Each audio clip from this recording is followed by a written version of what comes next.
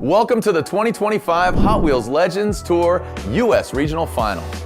The Hot Wheels Legends Tour, presented by Mobil 1, is the world's largest traveling car show. Back for an 8th year in a row, join us in the international search for the next Hot Wheels diecast. With record attendance this year, car builders entered their passion projects for a chance to have their vehicle immortalized as a 1/64th scale Hot Wheels diecast, while becoming a member of the Hot Wheels Garage of Legends. We are excited to see what the 2025 global team has brought us from 16 countries worldwide. Of course, it wouldn't be the Hot Wheels Legends Tour without our incredible friends at Walmart, our partner since the beginning of this Legends Tour. New for 2025, the culmination of the tour will become more global in nature with 3 distinct regional finals: Europe and the Middle East, Latin America, and the United States. In each of these episodes, one vehicle will be selected to compete at the global grand finale, which is airing live on all platforms on November 15th. You're gonna be there, I know you are, tell a friend. Now, let's meet the previous winners who've achieved that legendary status. In 2018, it was 2JZ, the vehicle built by Luis Rodriguez, a play on words with the 2JZ in this open wheel hot rod. In 2019, 57 Nash Metropolitan, Greg Salzillo, congratulations, love the details of the dice coming out of the hood. 2020, it was All American, the 70 Pontiac Trans Am, beautiful build, sponsor me white with the beautiful manifold. Oh, congratulations goes to Riley Stair. In 2021, we went across the pond to the UK, the 1969 Volvo P1800 Gasser built by Lee Johnstone. In 2022, it was the Texas 2. Small car, big wheels, Craig Mo, gimme some Mo. The 1992 Auto Zam was your winner. In 23, it was in New Zealand, the Chimera 1990 Mazda MX-5 built by Chris Watson. And most recently, 2024, we went to Chile and found the 68 Ford Falcon deemed La Liebre. Let's do it. Let's get into our Hot Wheels Legends US Regional Final.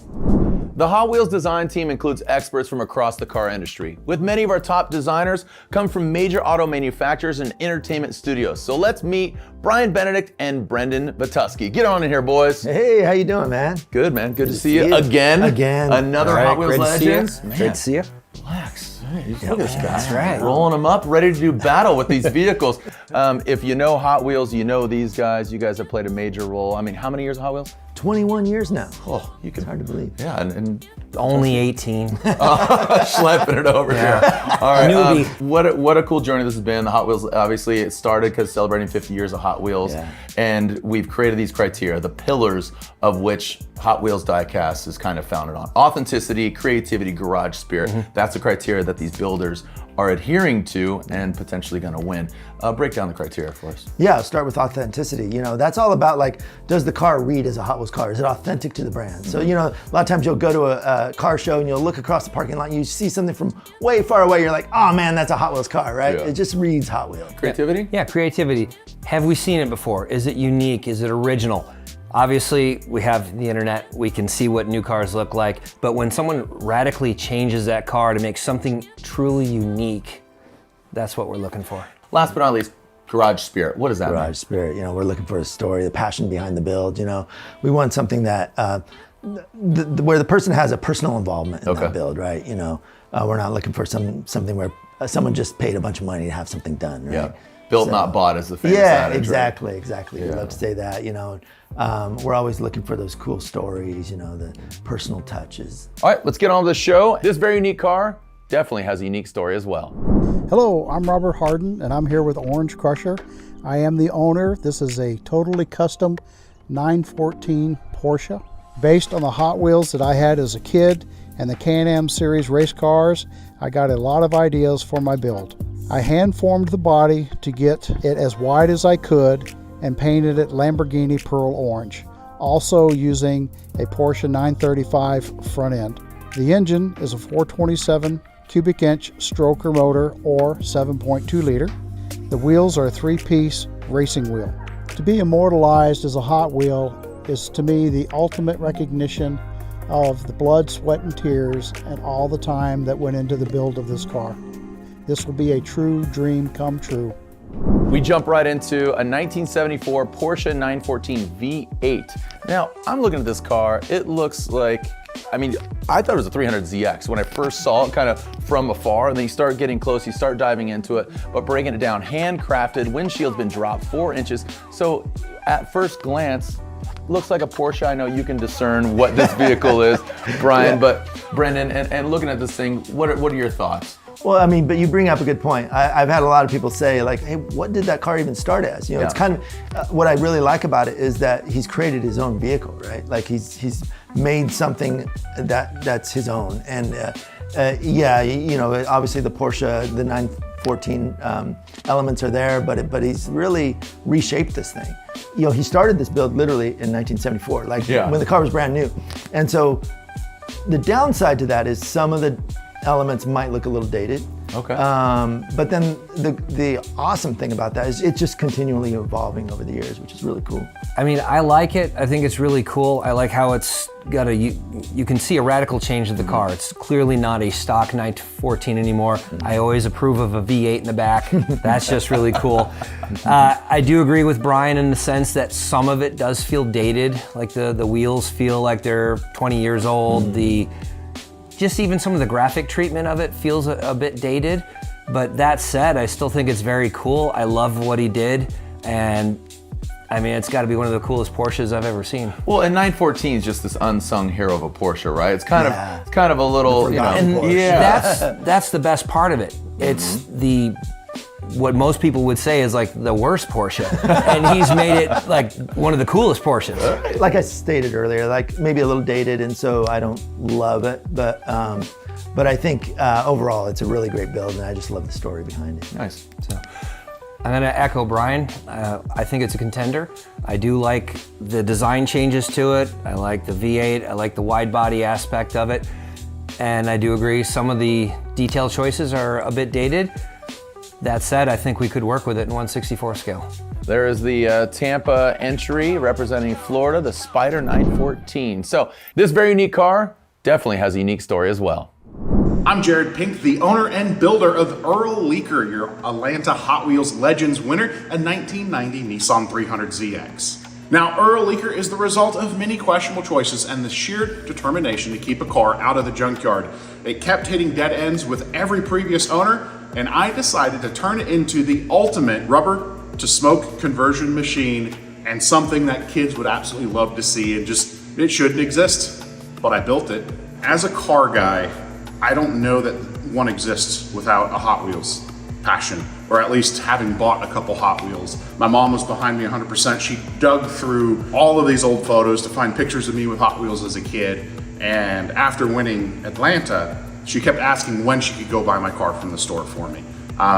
Fortunately, lost her a month ago, so want to win so I can go buy one for her. Meet Earl from the ATL, Atlanta's regional finalist. This 1990 300ZX, known as a Fair Lady in Japan. Jared Pink, you ripped out the original powertrain stuff. A Chevy big block seems to be the trend, right? LS the world, all that muscle backed by a Powerglide transmission. That's the build, but look at how it's kind of a bit of a monstrosity. The graphics, I think it really doesn't highlight the lines here, but is that like a 300ZX Camino? Can you move some lumber as well as moving those rear tires? Is that what we're looking at here? What do you think? I don't think it's got a bed on it, but it looks like it. That rear hatch is open. But actually, I really like this thing. It's just crazy enough, stuffing that huge big block in there, like it's pretty crazy. He's taking a like Japanese tuner car you'd expect to like go drifting in it or something, and he's just made it something else entirely. Yeah, in Japan it's like the Wangan, right? Like high speed, Fair Lady. This, it's from America.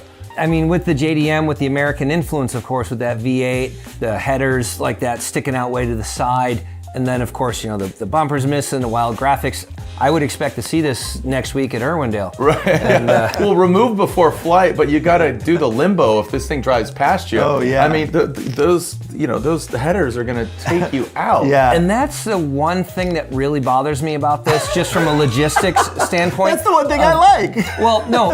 I love this. I love Fight. it. Let's I go. love it as a car, Fight. like as a thing, but the manufacturing side of it, when we have a body, we drop in a window, we drop in an interior and a chassis. I can see the emails from our engineers now saying, we can't do this, you gotta change it, let's just cut it, move it to the bottom, change it. But this as is, our Atlanta winner, I see why it won, but let me pose this question to you. If you took that motor away, is that a winner? Well, because it has a the cool other wide body thing. kit, but you talked about You talk about the for sure. profile change of it, there really isn't much of one. They pulled the rear bumper off, the hood's missing, but unlike say the Porsche that we just looked at that's stretched, widened, and changed in every design dimension, this thing is just the car with some ground effects and an engine sticking out. So we should meld the Porsche, put that motor in the Porsche Grand Champion. Right? I mean, it's cool, don't get me wrong. I'm not knocking it down. I'm just looking at the logistical issues of manufacturing that at 1/64 scale. And there's only one. We have quite a few submissions. We still, we need We're to not see the rest of picking the yet. cars. We're not picking yet. The car is so unique, just like the story. My name is Noel Santos, and here I am with my 1954 Grumman Olson, aka the bread truck. She's been a labor of love. She's part of the family, and she's a real head turner. She's never going to go anywhere. It would mean the world to me for Hot Wheels to make a die cast out of my bread truck, for the simple reason that I'm always been a fan of Hot Wheels since I was a kid. My mother used to buy me one every 2 weeks when I was young, as long as I acted right, and I amassed quite a collection. Taking a look, this is the 1954 Grumman Olson, the bread truck. Bringing the bread. Are we talking about money? That'd be pretty sweet. Where's the money? Show me the money. Representing Charlotte, the regional final, this Sunbeam bread delivery truck. We've seen a lot of these customizations over the years. I like the rawness of it right out of the gate, the stance. I mean, I feel like this has maybe been made, guys. That's my issue with it. So I love this build, but it feels like it's already been done. We've already done it, right? We have dairy delivery. It's a really popular casting. We have other sort of bread trucks in the line that we've done over the years. So to me, it's not unique enough. And that's crazy. Like hats off to the team here. I believe it's Noel Santos. Yeah. Similar thing. It's again, it feels like it's a stock profile just dropped and slammed. So for me, that uniqueness, you think of it as 1/64th on shelf. If we put it in an assortment with our dairy delivery with some of our other vehicles, it's going to kind of blend in. It won't stand out as unique in that sense. This is bread, not dairy. I'm lactose intolerant. Oh, well, I can't do that. Oh, I can do changed the bread my vote though. then. I changed my vote. I'm the carb queen. Okay. So that's what we're calling this thing. All right, forget everything I just said. All right, I appreciate that. But I mean, that's it. It would make a great pop culture casting, right? Yeah. Yep. Yeah. No, I can see it in our themed. Yeah. I could see McClone doing some decos on it. As we said, I think rightfully so. It's a winner, but is it the winner? An excellent build, mad respect Good for these wheels. guys. Yeah, I love the stance. Yeah, exactly. Yeah, it's definitely very cool, a lot of attitude. Just for the purposes of this competition, I think there are other stronger candidates. It's not Mad Max, it's Mellow Max. So, it's like get some. I love that. Yeah. That front end though, when you see it from straight on, it's so cool looking. See, we start looking at it longer, might grow on you. Might grow on you there. Great looking vehicle. Congratulations, Noel Santos, for making our United States regional finals. This very unique car definitely has a unique story as well. My name is Joey Ryder. I'm the creator and designer of the Reboot Buggy. For me, the Reboot Buggy is an exercise in curiosity and disruption. I wondered if I could take common, everyday parts and create something unique with it. The process for this car was interesting. Our lives are filled with rules. People tell us what we can and can't do. I wondered what it'd be like to build a car without the same rules that everyone else has. So the process? It's cardboard, it's CAD, bending metal, welding, cutting, foam core, late night ideas, napkin sketches, rebending, more cutting, back to CAD, and the results are ridiculously fun. What would it mean to have a Hot Wheels diecast of the Reboot Buggy? I mean, that's so big. I'm imagining my 7-year-old self in the backyard with this retaining wall, and it was like waist height, and I would use it as a track. I would line my cars up on one side, pick one out, and race it back and forth, so much so that I wore a groove in the ground. In so many ways that unlocked the passion I have for cars today. It unlocked my imagination.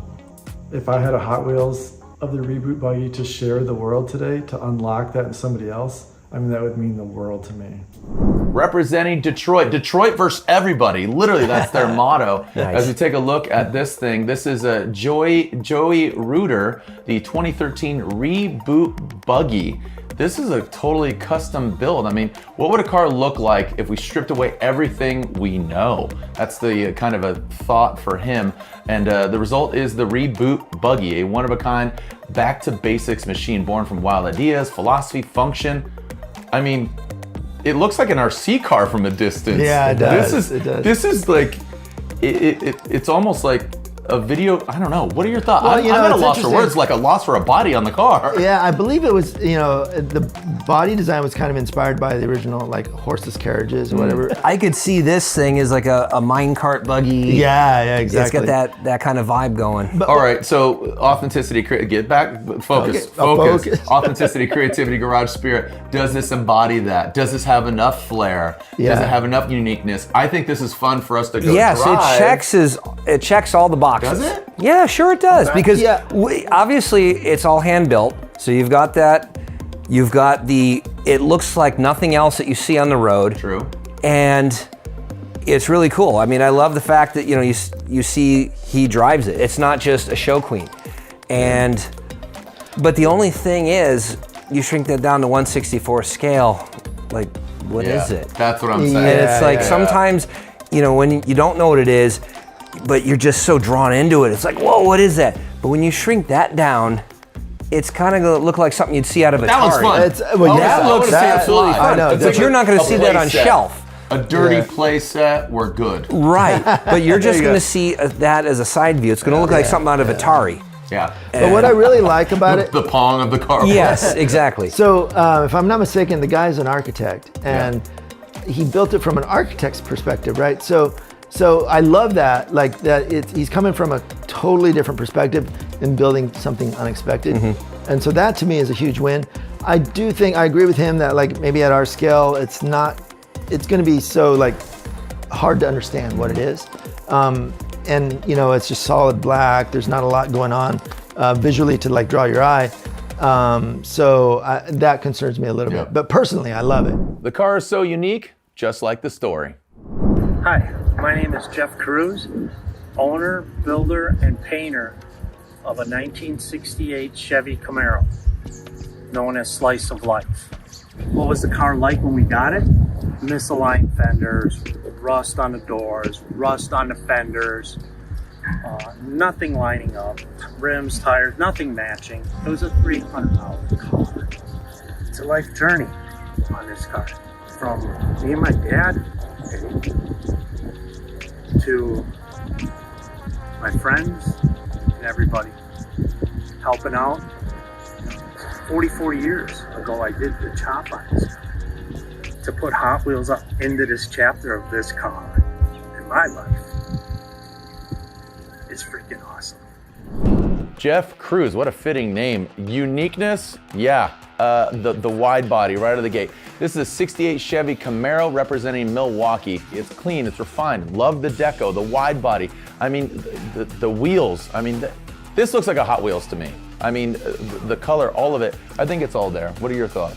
Yeah, it's definitely a Hot Wheels. It's got that authenticity in spades, creativity. I love what he's done with it, and the garage spirit too. I love it's a father-son build, and he started he got this car when he was 14, and started building it with his dad back then. And I love that. It's such a great story. I think my one concern is that even though it is very extreme, when we shrink it down to our scale, are you going to really be able to identify how extreme it is? Like the how wide it is and everything isn't necessarily going to translate as well, because from a profile view, the way you're going to see it in package, kind of just looks like a 68 Camaro, right? Clean, fun driver. Yeah, clean. Yeah, exactly. And very, very difficult to have a Camaro stand out within the Hot Wheels world. Because we've done a lot of Camaros. We've done a lot of Camaros. You mean the first Hot Wheels was a Camaro? I was going to let you say it. Yes, exactly. Yeah. That's kind of where my heart is on this one. Love it, love the work. I can appreciate it as someone who also builds cars. When you shrink this down, it's going to look like what we have in the line already, in the sense of we have custom Camaros, we have cars that are chopped, we have cars that are widened, and we have Camaros that are chopped and widened like that too. So the uniqueness, that have we seen it before part, that's the part that I'm struggling with. Although, no, I have not seen this car before, but shrunk down as a 1/64th, it's gonna feel like what we have in the line already. And that's my big, hesitation on this one. Again, kudos to the guys. It's such an awesome build. Yeah, it's amazing. And I love the story. Yeah, thank you, Jeff. Love the story. Great garage spirit. Shrunken down, TBD. Great cars, good selection, and great partners. Thank you to our partner Walmart for hosting the Hot Wheels Legends Tour across the United States. This year, Walmart added an exciting way for anyone in the U.S. to participate in the competition virtually with an exclusive Walmart entry through walmart.com. Thank you to everyone who entered the competition and all the virtual entries. We'll get to talk about who that winner is today as well and see if they move on to the grand finale. Let's hear about Bombshell Betty from the owner. My name is Donnie Dye. I'm the owner of Bombshell Betty. She's a 1952 Buick Super Riviera. Betty was built for the Bonneville Salt Flats to go fast. I would define her as futuristic looking, kind of like the atomic age, rocket era inspired era, and just really to add a lot of wonderment to the world. It's just an amazing car. Every time we go out, people thank us for keeping the car going.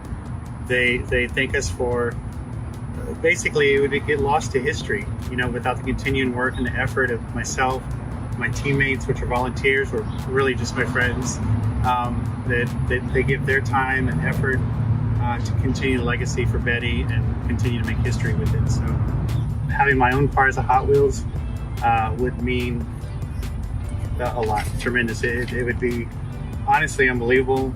Life has turned out way better than I ever imagined, but it'd be icing on the cake. And I couldn't be more thrilled at the thought of that. Taking a look at this, Bonneville, Salt Flats, built for speed, terrible as far as cooling goes. It doesn't have a front grille, but I love the rawness, the raw metal. This absolutely screams Hot Wheels, built for speed, aerodynamic, got a parachute to really solidify and let you know, could this be hitting Bonneville? Could this be hitting speed record? What are your thoughts? I'm gonna go to Vituski because I feel like this screams you. You've said enough already. No, this thing is crazy wild. I mean, very purpose-built, chopped, aerodynamic, with the whole cow catcher, like solid wall of metal in the front like that. My only reservation on this one is that it's so just bare metal, and this is coming from the guy who has a bare metal Firebird, that It just feels unfinished, like a block of Zamac. Like you put it on shelf next to a bunch of other cars that are bright green, orange, red, blue, black, stripes, flames, all this stuff. It's like it's a bare metal Walmart Zamac edition or something. I love the fact that it's bare metal, and I think that will really kind of set it apart on shelf. I mean, maybe we should take your Firebird off the shelf. We've made it in other colors. No, don't get me wrong. It's just, I'm just thinking I just wish it had some more graphics. It felt a little bit more finished. I think this also screams Austin. It's from Austin, Texas. Yeah. You know, Austin's become a real big hub of automotive personalities right in the middle of the country. Yeah. So I think Donnie Dye, going fast, standing still, looking fast, the rawness of it. I think this is also still a work in progress, and you guys could put some really cool deco on this. So now we finished the car for the builder? Okay, got it. And if you do a good job, he'll let you drive it. But you know, the original release has to be the exact deco. I do, and I like it. I'm leaning on your camp. I do too. Yeah, I actually think that really completes the theme, like keeping it that bare metal, and it. So that really works for me. But I hear what you're saying about maybe it needs a little more visual interest. Bombshell Betty. Another submission here. We'll see if Donnie Dye has got what it takes. Let's go to the 702 Sin City, Las Vegas to hear from the owner, Calvin. My name is Calvin Cal, 1949 Chevy pickup, kind of. Build started as a old derelict 49 Chevy cab sitting in the corner. Most of it was donated parts. Front axle was originally donated, the grill was donated, the motor was an old dirt track motor. So just a lot of blood, sweat, and tears for a lot of people. We probably had 7 or 8 volunteers to help us build this project. It was all after hours, very late nights. Everybody would love to have their car immortalized as a die-cast. Hot Wheels. I mean, I grew up on Hot Wheels. And then I got into real cars, and here we go. Now all we do is custom stuff. Calvin Kalp representing Las Vegas. The scallops, the chrome, the paint, the stars and stripes. Maybe we put that in the blister pack. But taking a look at this tubester, this is a 1949 Chevy. This looks like a Hot Wheels. I think it's right on the nose. You guys asked for Hot Wheels, authenticity, creativity, garage spirit. It's got it out of the gate. Portions, all of it.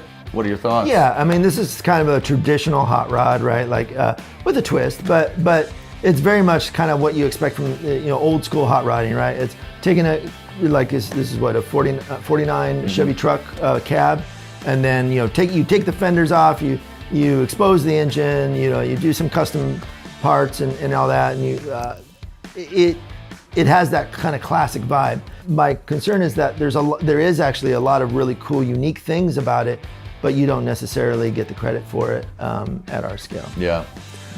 We're gonna echo that. It's really cool, it's very expected. As a full-size build, love seeing the details and appreciating it. I struggle to see a 49 Chevy anywhere on that thing, so it's radically transformed. Yeah. I mean, I do see the truck cab there and how it's, the rounded sides and corners in the back, but obviously the grill's different, like the Duval windshield's different, just the open roadster aspect, but it feels very expected. At that 164th, it wouldn't look any more unique from, I could find 20 Hot Wheels that you'd put next to it and it would look the same. It would blend right in. The 22-inch wheels are even lost on it because the proportions, and I like what you said, the contrast of the chassis, the clear floor. I don't think that'll translate to it. This will look like something we've seen before. Congratulations to Calvin for winning Las Vegas. I mean, what a great market to win at. You take that to Cars and Coffees, that's a head turner. That's gonna break some shit. That's an amazing vehicle. I could see that winning awards all day long. Yeah. But for the purpose of this competition and the vehicles that we have in our library already, I struggle to see that as a unique, something that moves that needle forward.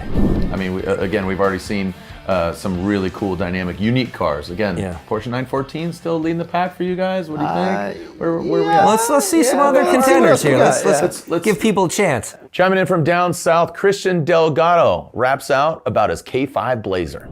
The Mega Blazer project started out as a creation to be different. We wanted to create something so far out that you either love it or hate it, but either way, it gets your attention. The Blazer Heart is a 6.0 AS engine with a Magnuson supercharger. This thing is a blast to drive. When it takes off, it peels out.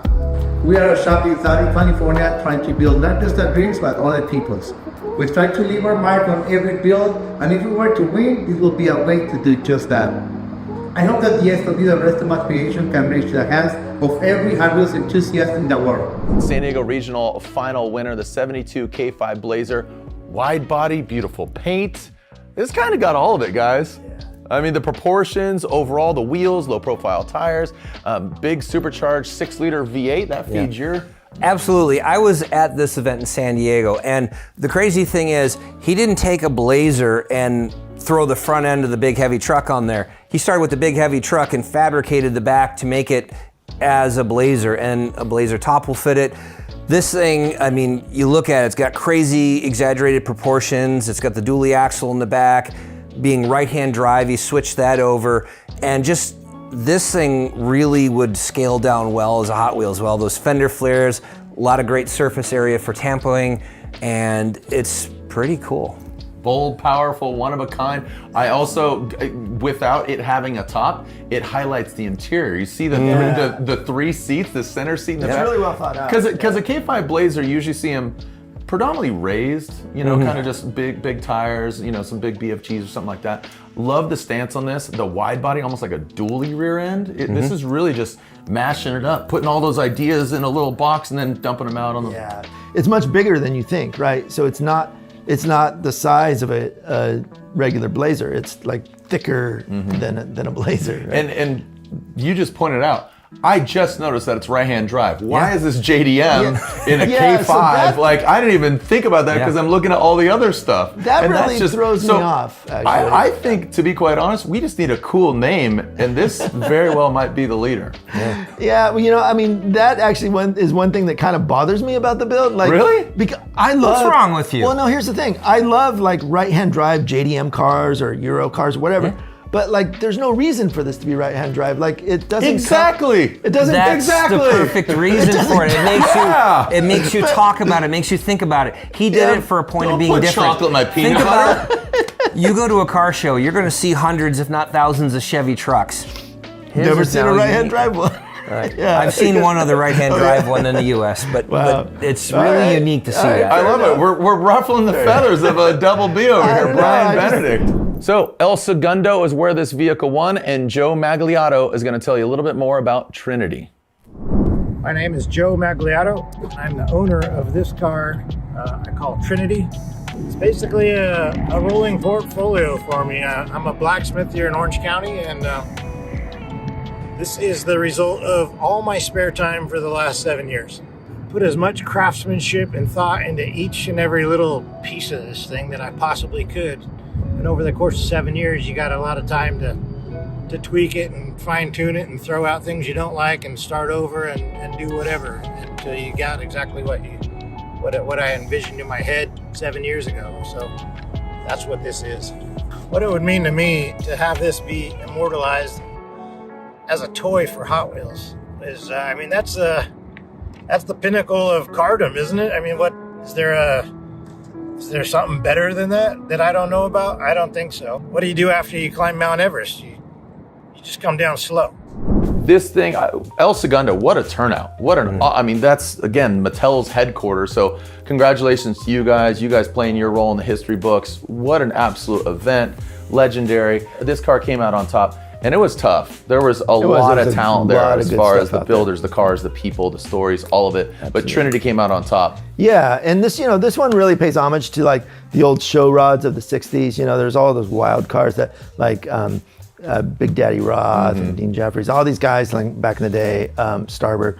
And so, it has that kind of vibe, but then with this sort of like almost steampunk twist to it. Yeah. I think he describes it as like a futuristic take on a stagecoach. Yep.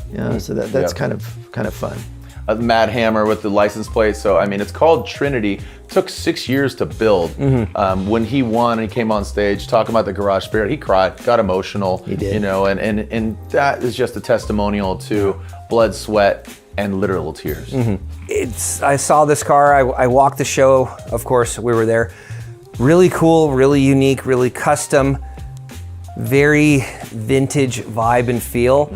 I just wonder if someone who's buying Hot Wheels would be like, oh, they got a vintage Hot Wheels, like a classic going on here with all the other modern cars. And I don't know if that's a good thing or a bad thing, but it's just something that just pops up in my head. Well, that said, though, it's completely different, right? Like, yes. You haven't seen it before. And what I do like about it is, like, this guy is a blacksmith, right? So he's coming at it from a completely different perspective and skill set than a normal car builder, right?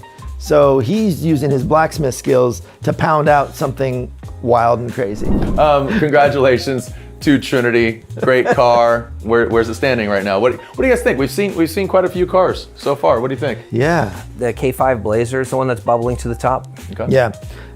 Probably same for me, but I also really like Trinity. I know I share your concern with it. Like, maybe people aren't gonna think of it, like people might think, oh, that's an old school thing. I feel like I've seen it before, whatever. But it is unique, and so there's something really fun and different about it that I like. But probably the K5. Okay. 914's getting left behind here. We got a bit of a that's drag race. That's still up there. Yeah. Yeah, I'm looking at the most recent batch here. Okay. So yeah. All right. The Willys Jeep. I mean, what more can you say about it? Well, Josh can say more. Go ahead. My name is Joshua Woodward, and this is my 1946 Willys CJ2A. This build started as literally nothing. I built everything about it, the frame. The only thing that is original is this tub right here and that grill shell, which I added 37 Chevy headlight buckets to.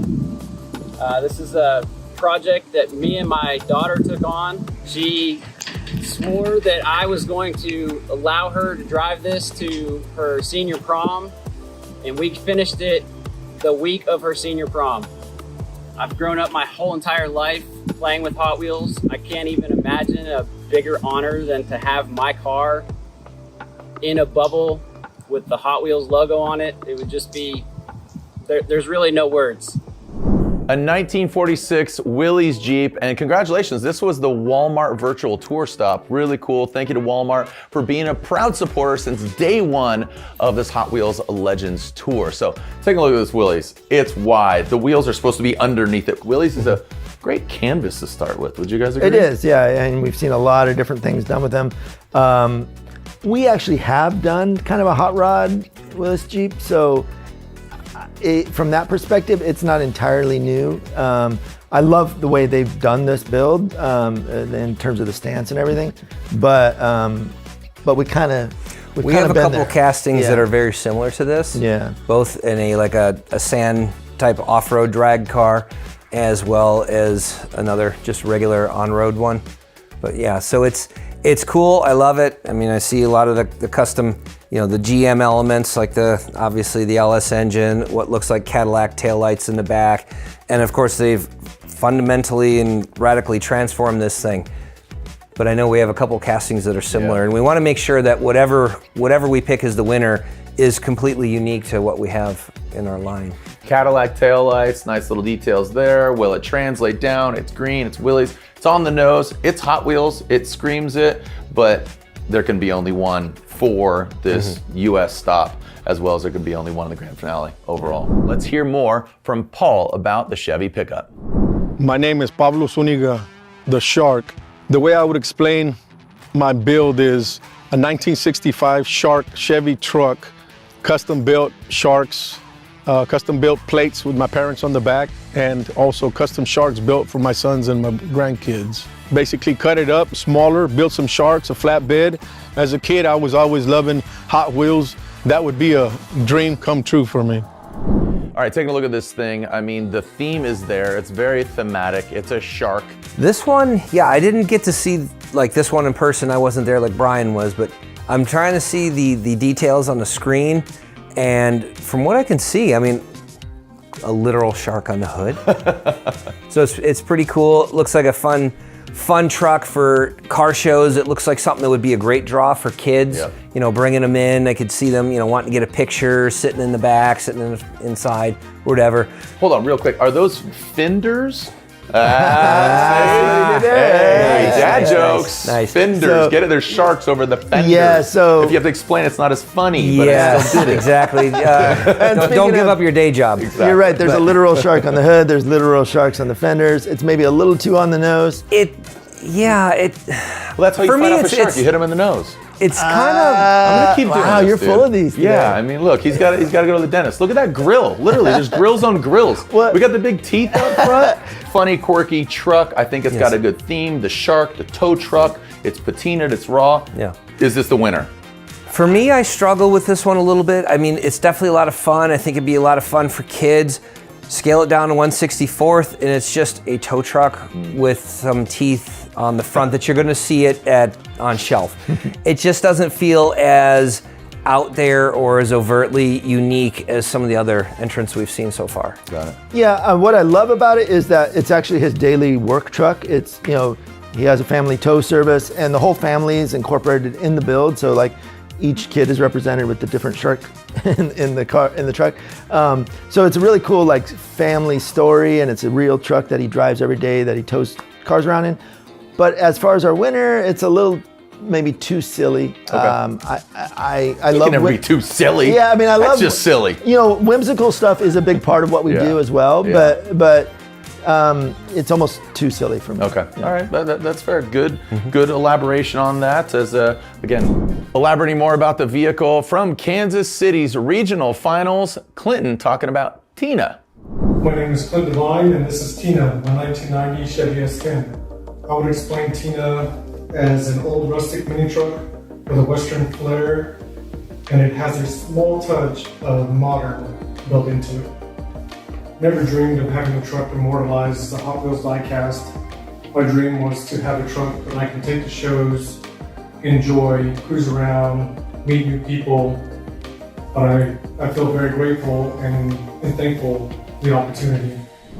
There we go. Tina, this isn't just a truck, this is a lifestyle. I mean, you can see right here, this the transmission, it's a S10 bagged body drop. You usually see this with a C10, not an S10, so smaller in frame as far as the truck goes, but very unique. And again, the story here, it's a tribute, family heritage, hands-on craftsmanship, all hands on deck.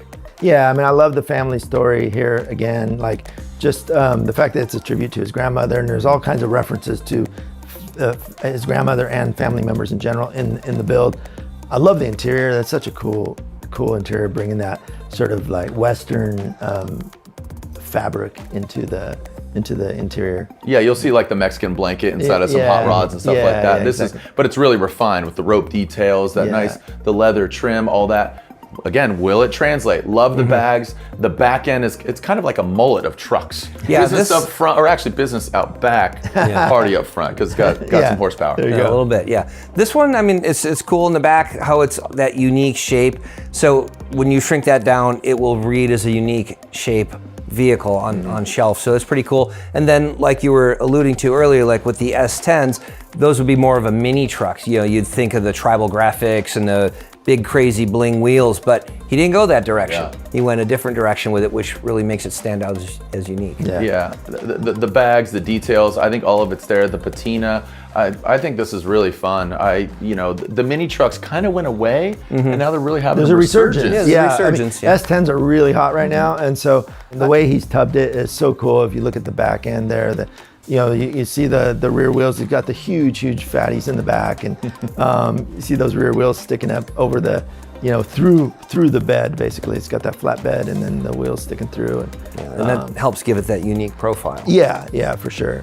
Yeah, and it does highlight that it's slammed bag, and underneath that, I want to see it do a burnout. And again, we can't shrink down and do smoke, but with it in real person, that smoke will come out of there like a cheese grater. It'll just start plummeting out. But overall, really good execution. It's raw by design, but refined as well. And like you said, a great homage to the family history there. Authenticity, creativity, garage spirit. I think it has it all, but is the overall winner for the United States. I mean, it checks all the boxes. Okay. Yeah. Fellas, we've seen an amazing dozen, the dirty dozen that have won here in America in the respective regions. I think there's some standouts. I'm not putting any ideas in your mind. You guys are in the Hot Wheels building. You guys are legends of yourself. But what are the standouts for you? Yeah, I mean, first of all, like, what I love here is that every build is completely different, right? So we've covered the spectrum here of like automotive culture, which I think is really cool. The ones that jump out for me are that San Diego build, the the C50 K5 Blazer, the Porsche from Tampa, and the Kansas City S10. You know, I hate to admit it, but I gotta be somewhat aligned with the guy. Not because he outranks me, not because he's like the head big, chief design guy. Yeah. But the Porsche, that's been on. We've seen that from the beginning, and it's really cool. It's really different, and unique. The San Diego truck, I love that. It's just such a radical transformation, so unexpected, and it just reads so well at full scale, or it would at 1/64 scale. And there is something interesting about that Kansas City truck with the whole back half like that. Those are the three that probably bubble up for me. 12 vehicles, there can be only one winner. We saw a variety of vehicles, some beautiful paint, some no paint, some hammered metal, some smooth metal, big wheels, small wheels, off-road, on-road. We've seen it all, but there could be only one. You're about to find out who gets the win.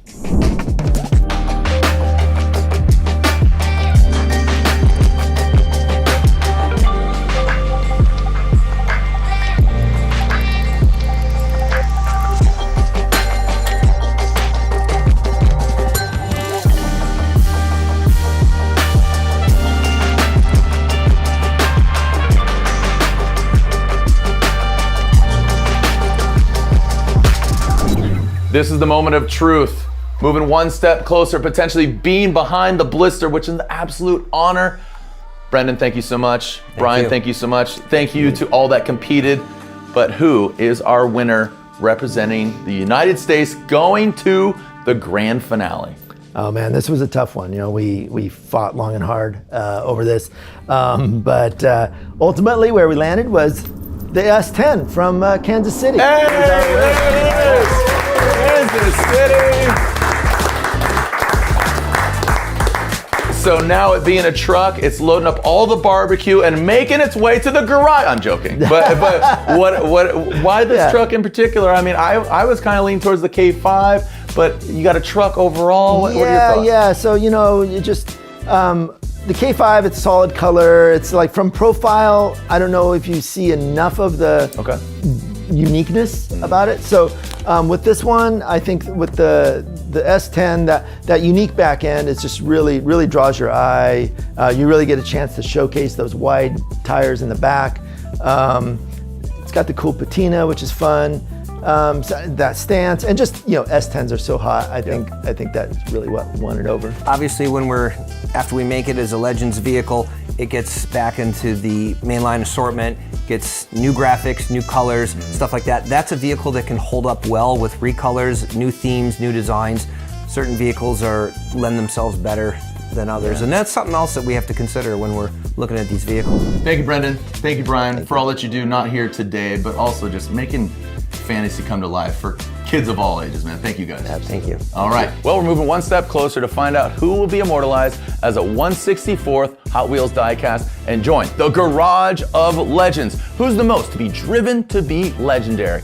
Tune in and find out, because there will be 3 entrants. We have Europe and the Middle East, Latin America, and of course, the winner here from the United States. Tune in November 15th to watch the global grand finale to find out who wins.